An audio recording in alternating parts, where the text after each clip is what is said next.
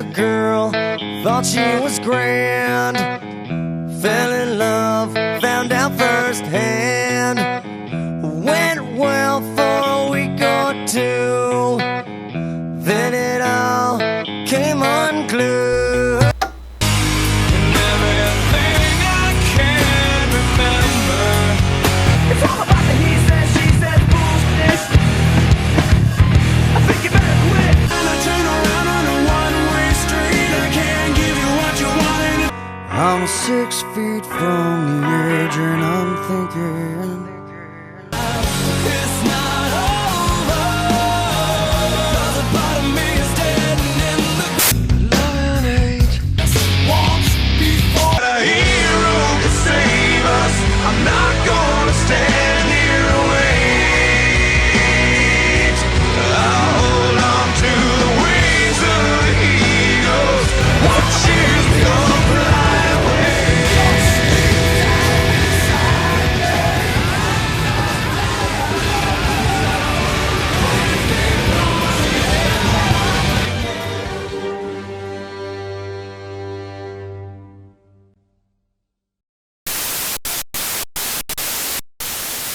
My whole life, I wanted an excuse to make a video. I was walking around one day when I went on one of my thought trains. Like many of you, I have had a love affair with music, especially rock music. In my youth, I tried to devour anything and everything that had some form of distorted guitar and tender-hearted aggressiveness. This also meant my young brain couldn't discern what should have been obvious differences in quality. The Who were on the same pedestal that a band like the X's were on because they both had songs on Guitar Hero. Creed and Puddle of Mudd struck a chord because they sound similar to Pearl Jam and Nirvana respectively. It wasn't until later that I came to the stark reality that I shouldn't like these bands, that I should hate them, and they're lame. But why is that? Okay, I know. It's very obvious.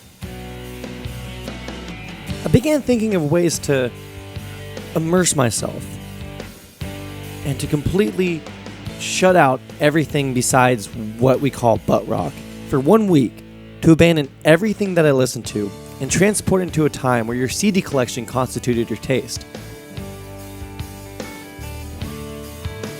And there was my excuse.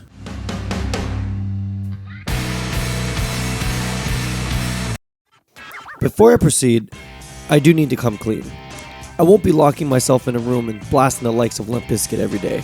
I, like many of you, have obligations to attend to, including working at a restaurant that, like most restaurants, plays music. I did, however, try to use my persuasion skills to quell this fact, but the results were... Hey, Julian, is it okay if we listen to nothing but the hard rock station whenever I'm here? Absolutely not. So this isn't a perfect experiment.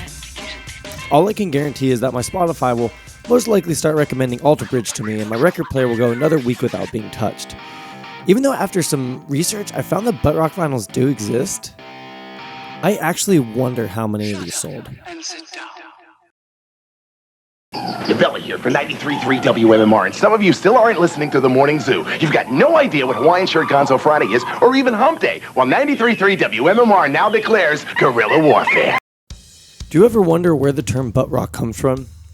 It may seem pretty obvious too, but the origin's actually a little more clever than you think. Let me start off by talking about a subject that I know a lot of you guys are very passionate about. Similar to TV, radio makes their money through advertising. Well, made their money through advertising. Radio and TV differ, however, on how they space their ads out. Radio is more of a passive medium, something that more people can just sort of doze off to. This means that radio is allowed to place longer ads in between huge blocks of uninterrupted content. This led to a fairly common phrase among radio jockeys. Are any of you familiar with the term, nothing but rock for the next 60 minutes? There was also a CBS slogan that would read, rock, nothing but rock. A meme of the late 20th century, the public started to pick up on the peculiar phrasing, adding a T to the butt, effectively coining the term butt rock. Now this term actually originated in the 80s, but we'll get back to that later. What's important to know is that this is a term that's been passed along to describe radio rock. It also doesn't hurt that the phrase just fits. It's one of those terms that feels like the perfect way to describe this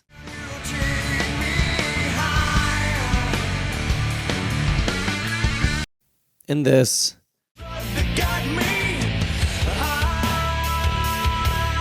And lest we not forget. And now I present to you 10 qualifiers. If a band can answer yes to 3 of these questions or statements, then it is firmly butt rock. If it answers yes to 2 of them, it's kind of on the border. I think this is a pretty good summation to have so far. I would also like to point out why we can't just call it post-grunge. I have 2 reasons for this. First, it's just funny calling it butt rock. But more importantly, butt rock encompasses about 2/3 of what is considered to be post-grunge. There's also the fact that some nu metal is lumped in with butt rock. No, not that kind of nu metal. That's better. So, while I don't consider bands like Foo Fighters or Audioslave to be butt rock, bands like Limp Bizkit, Kid Rock, and Godsmack are essential to telling our tale. Butt rock, butt rock, butt rock. To quote my friend Amy, it's like porn. You know it when you see it. I don't plan on breaking down the theory that constitutes the categorical placements, as frankly, I don't have the pedigree. Nor do I feel it absolutely necessary to do so. Instead, I have created this very simple Venn diagram to show how I feel butt rock can be boiled down to. You see our big 3 categories. We have the whiny boys, the bravado boys, and the epic boys. As you can also see, there are bands that overlap. Puddle of Mudd, for instance, both like to sing about trailer park sex and how it sucks to get divorced. Stain, on the other hand, likes to whine about marriage while also taking themselves way too seriously. Bands like Nickelback and Default fall pretty damn clearly in one category. And then we have nu metal acts like Limp Bizkit and Godsmack, who could justify the creation of more categories, so I had to take some liberties with the respective placements. And to round out, I'm going to talk about the last thing I'm going to do on all of these videos, which is a cute little review of a butt rock album a day. So typically, butt rock albums are more vehicles for singles, so I'm looking forward to seeing what the forgotten songs are. So as you see below, we have Buckcherry's 15, which, as all of you know, is the album that has the song Crazy Bitch on it. We have Puddle of Mudd's Come Clean, and one that's censored because I want it to be a little bit of a surprise for y'all. This is going to segue into my first review, which is Stain's 14 Shades of Grey. Have fun.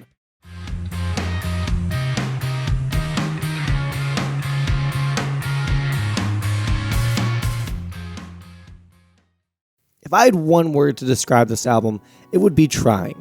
Trying because you could tell the band was trying to expand from the roots and take their music in a different direction, and also trying on my ears and body. This album is an hour and some change long, and about 80% of it is utterly forgettable. So starting off, we have Price to Play, which is tied for my favorite song on the album. It's not a good sign though that everything that makes this song good are all the things that Stain wanted to move on from. But at the end of the day, I do enjoy this song. It has a sense of urgency to it, which I think comes from the fact that it's played in 4, but it sounds like it's played in 6. I promise you I'm not going to go track by track, but How About You is such a cliff dive, and it makes Price to Play, which by the way, not only is it the first track off the album, but the lead single, it makes Price to Play feel like such a bait and switch. To put it succinctly, it sounds like a Christian rock song.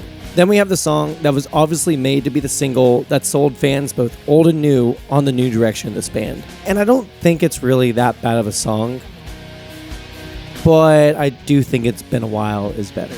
I know a lot has been joked about Aaron Lewis's lyrics. I'm not gonna lie, a lot of them are pretty bad and melodramatic, but songs like this make it seem like he's a semi-competent lyric writer. The difference between this and It's Been a While, however, is that even how annoying that refrain is, I just think there's like more that sticks with you on It's Been a While, and So Far Away, it just, you listen to it and then you forget about it the next day. And then after this, I'm not gonna lie, I really don't want to say this about all the albums I'm reviewing, but the songs just blend together. I do, however, will give you some highlights of Misery, because this is the only thing that kept me entertained throughout this hour-long record. So the first of 2 highlights I like to point out is on track number 4, Yesterday. I'm not doing a track by track. How did they get away with directly ripping off the bridge of Passenger by Deftones? It's uncanny. Seriously, listen to them back to back.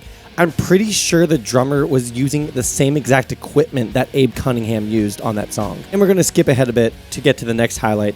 And this is the song Lane. Oh. So obviously it's a tribute to the late Lane Staley, which is fine. You're allowed to do that.